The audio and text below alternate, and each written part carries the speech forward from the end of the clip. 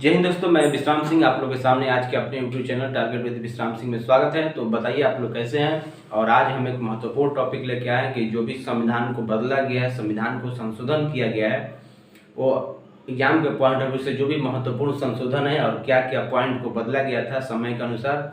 आपको पता है कि जब समय बदलता है तो हर चीज़ बदलना पड़ता है। और आज हम बात करेंगे कि जब आज़ादी के बाद से कब कब संविधान को चेंज किया गया, कब कब संविधान को बदला गया और बदलने का स्वरूप क्या है, हम उस सब पे बात करेंगे। तो आइए बेसिक चीज़ अगर बता दें आपको कि हमारे भारतीय संविधान में अगर बात करें हम, तो भारतीय संविधान में अगर बात करें कि संविधान को बदलने के लिए कहाँ लिखा गया है, तो ये संविधान के भाग 20 और आर्टिकल 368 के तहत हम संविधान को बदलते हैं, संविधान को संशोधन करते हैं। आप यहाँ देख सकते हैं कि आर्टिकल 20 और अनुच्छेद 368 के तहत, और ये संविधान को चेंज करने की जो प्रक्रिया ये कहाँ से लिया गया है, तो दोस्त हम बता दें कि ये दक्षिण अफ्रीका से लिया गया है। जब संविधान को लिखा जा रहा था ना, तो उससे उसी टाइम सोचा जा रहा था कि जब संविधान को संशोधन करने का टाइम आएगा तो हम कैसे करेंगे। तो दोस्त हम बता दें कि ये भाग 20 और आर्टिकल 368 दक्षिण अफ्रीका के संविधान से लिया गया था अपने संविधान में। और हम बात करें अगर कि कितने तरीके से हम बदल सकते हैं, तो ये 3 प्रकार से हमारा अभी संविधान में बदलने की प्रक्रिया है। एक हम आपको बता दें कि साधारण बहुमत से,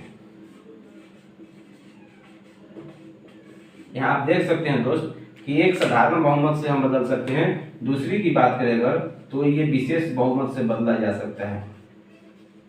अगर संसद में इतना आपको बहुमत मिलता है तो आप संविधान को बदल सकते हैं। अगर तीसरा आप बात करते हैं तो दोस्त विशेष बहुमत आप प्लस आधे से अधिक राज्यों का सहमति भी होना चाहिए। ये थोड़ा टफ हो जाता है दोस्त, आधे से अधिक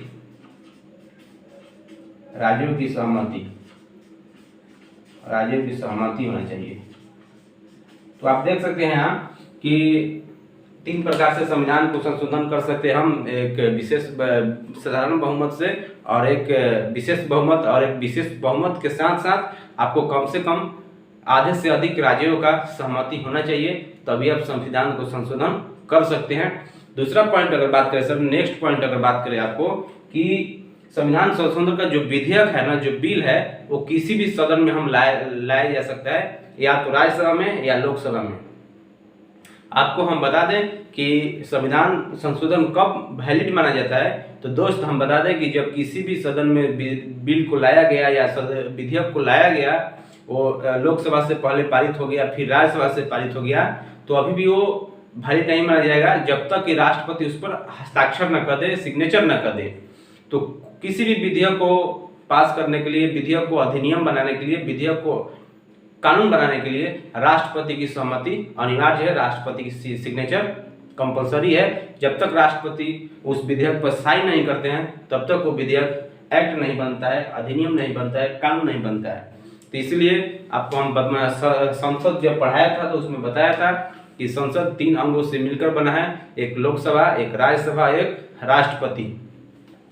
तो यहाँ आप देख सकते हैं। और एक बात और आपको पॉइंट नोट करना है एग्जाम के पॉइंट ऑफ व्यू से, कि संविधान संशोधन के मामले में कभी भी राष्ट्रपति दोनों सदनों की संयुक्त बैठक नहीं बुला सकता है।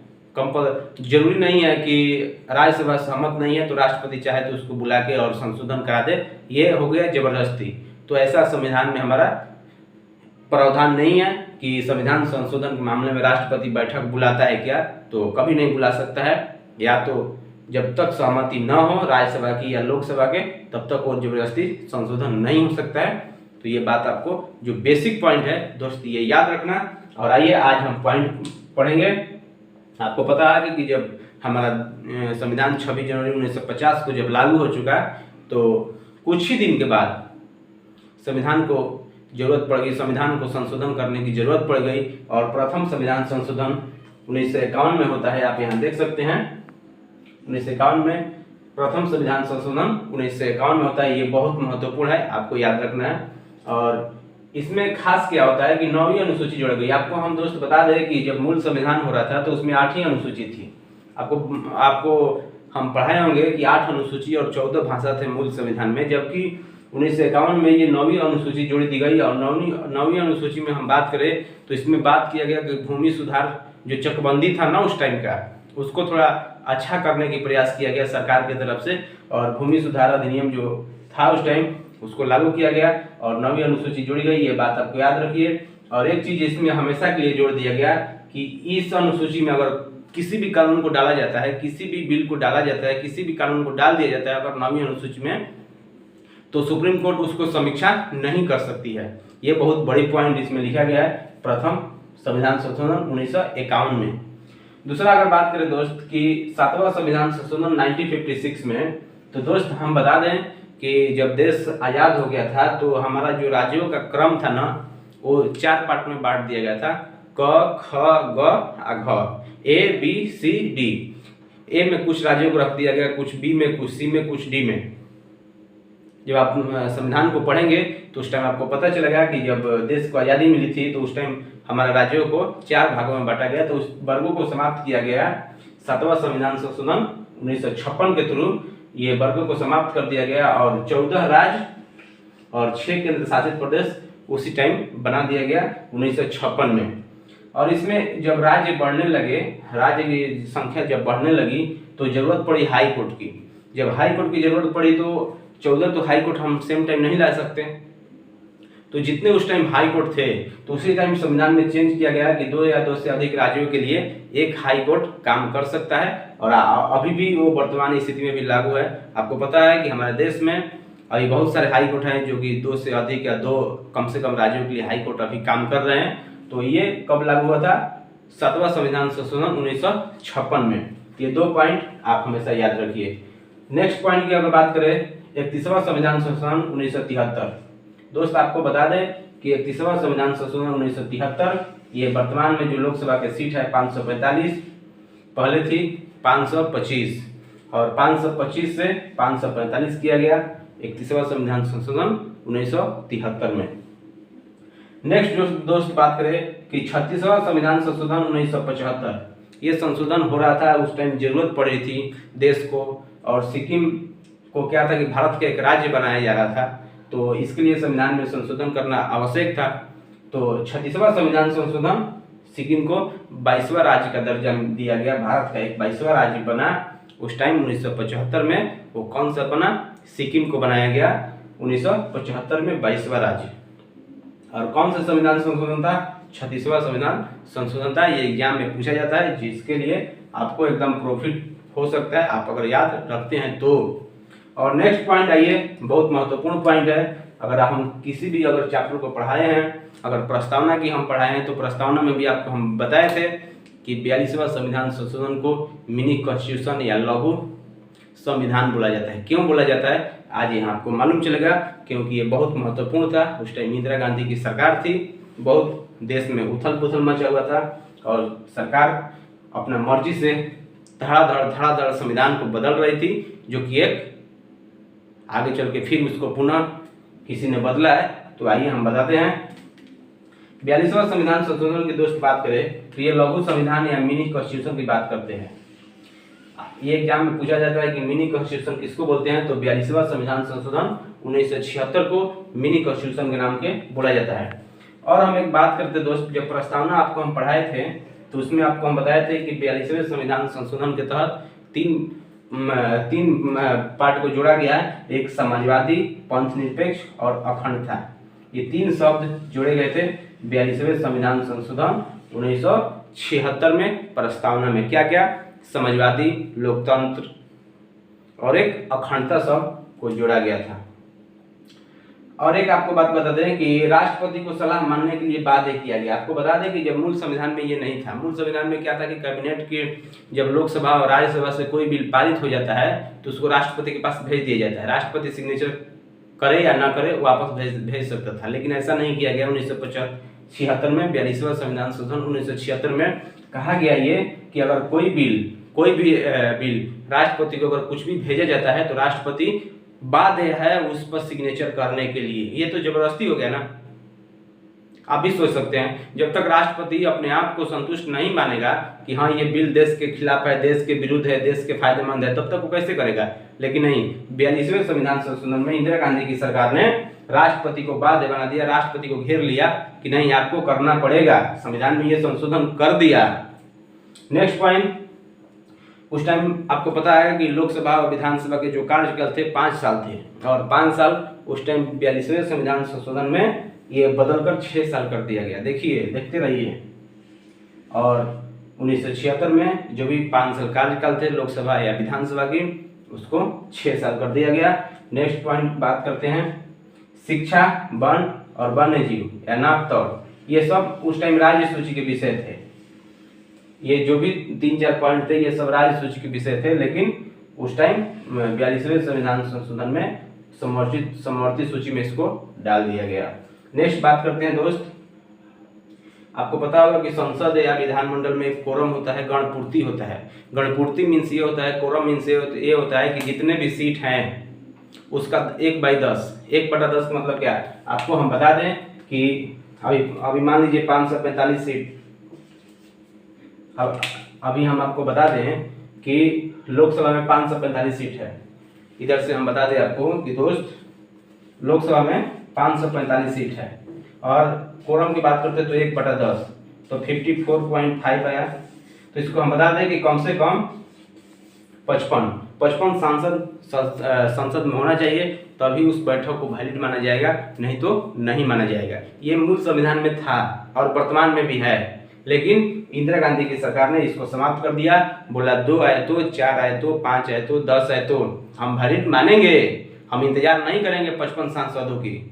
और संसद और विधानमंडल की कोरम को, गणपूर्ति को ये समाप्त कर दिया गया। बोला कि कितने भी सांसद आएंगे उसको वैलिड माना जाएगा। नेक्स्ट पॉइंट दोस्त हम बात करते हैं, जैसे 42वें संविधान संशोधन 1976 खत्म होती है, आता है जनता की सरकार और चुनाव होता है। चुनाव के बाद सरकार बदलती है और बदलने के बाद में आता है 44वां संविधान संशोधन 1978। नहले पे दहला, ईंट का जवाब पत्थर से इस सरकार ने दे दिया इंदिरा गांधी को, और देखिए क्या क्या बदल दिया। जितने भी इंदिरा गांधी ने ऐसा हरकत किया था उसको सीधा उल्टा कर दिया इन्होंने। आइए हम पहला पॉइंट ही लिखे हैं आपको, 44वें संविधान संशोधन 1978 में आपको हम बताए थे कि लोकसभा और विधानसभा की जो पुनः कार्यकाल थे 5 वर्ष थे, 6 वर्ष थे, फिर उनको जनता की सरकार ने 6 वर्ष कर दी, 5 वर्ष कर दिया, और वर्तमान में भी ये लोकसभा और विधानसभा की जो कार्यकाल है ये 5 वर्ष ही है। नेक्स्ट पॉइंट हम बात करते हैं दोस्त कि राष्ट्रपति को एक बार कैबिनेट के पास पुनर्विचार के लिए भेजने के लिए वादे किया गया। आपको बता दें कि अगर कोई भी कैबिनेट राष्ट्रपति के पास भी कोई बिल भेजती है तो राष्ट्रपति को अभी यहाँ पर अधिकार दिया गया कि वो एक बार फिर कैबिनेट को पुनर्विचार के लिए भेज सकता है। अगर राष्ट्रपति के मन में कुछ भी ऐसा सवाल हो कि नहीं इस बिल में कुछ चेंजेस करना चाहिए, इस बिल पे कुछ विचार करना चाहिए, तो राष्ट्रपति को ये अधिकार दिया गया। जनता की सरकार ने इस अधिकार को दिया राष्ट्रपति को कि आप भी हमारे पास भेज सकते हैं पुनर्विचार के लिए। लेकिन अगर हम पुनर्विचार करके वापस आपके पास भेजते हैं या कैसे भी हम वापस भेजते हैं तो राष्ट्रपति सिग्नेचर करने के लिए बाध्य हो जाएंगे। तो थोड़ा राष्ट्रपति को भी राहत मिली, लेकिन यहाँ पर तो बिल्कुल राहत का कोई कार्य ही नहीं किया गया, राष्ट्रपति को कंपलसरी बना दिया गया। नेक्स्ट दोस्त बात करें, कोरम व्यवस्था पूर्ववत रखा गया, मतलब क्या 1/10 ही रखा गया। यहाँ पर जो समाप्त किया गया था ना, इसको उल्टा किया गया और बोला गया कि नहीं 1/10 ही रहेगा। अगर 55 सांसद आते हैं तो हम वैलिड मानेंगे, नहीं तो 2-4 सांसद को हम वैलिड नहीं मानेंगे, और राइट यही बनता है।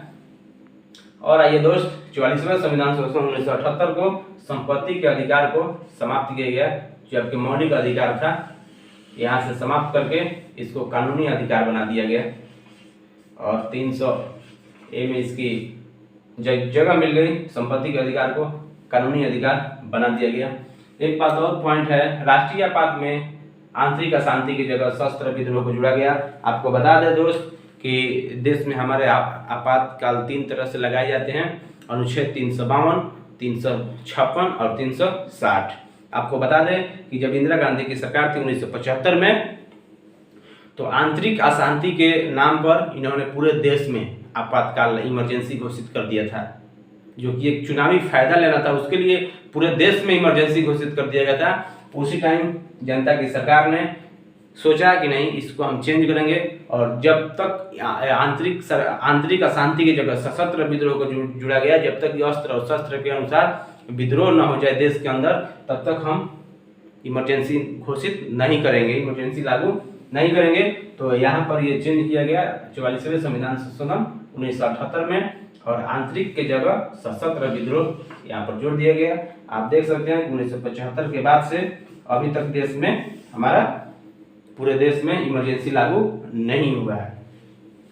नेक्स्ट दोस्त बात करें कि अनुच्छेद 20 और 21 को राष्ट्रीय आपात के समय भी निलंबित नहीं किया जा सकता है। आपको हम बताए थे मौलिक अधिकार में, फंडामेंटल राइट्स में, कि हमारे पास दो ऐसे अधिकार है, जो एक है 20 और एक है 21, जिसको राष्ट्रीय आपातकाल अगर देश में लगता है तो हम इसको निलंबित, सरकार निलंबित नहीं करेगी।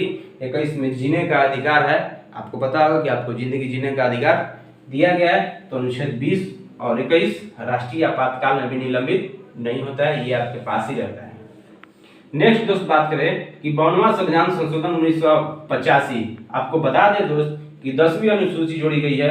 52वां संविधान संशोधन 1985 में 10वीं अनुसूची जोड़ी गई है, और इसमें क्या कहा गया है कि दल बदल अधिनियम इसमें जोड़ा गया है। आपको बता दें कि जब 1985 का टाइम था तो जितने भी निर्वाचित होकर आते थे, कोई सांसद, कोई विधायक, तो ये क्या करते थे कि अपने चुनावी फायदा के लिए अपने पोस्ट के लिए बिक जाते थे।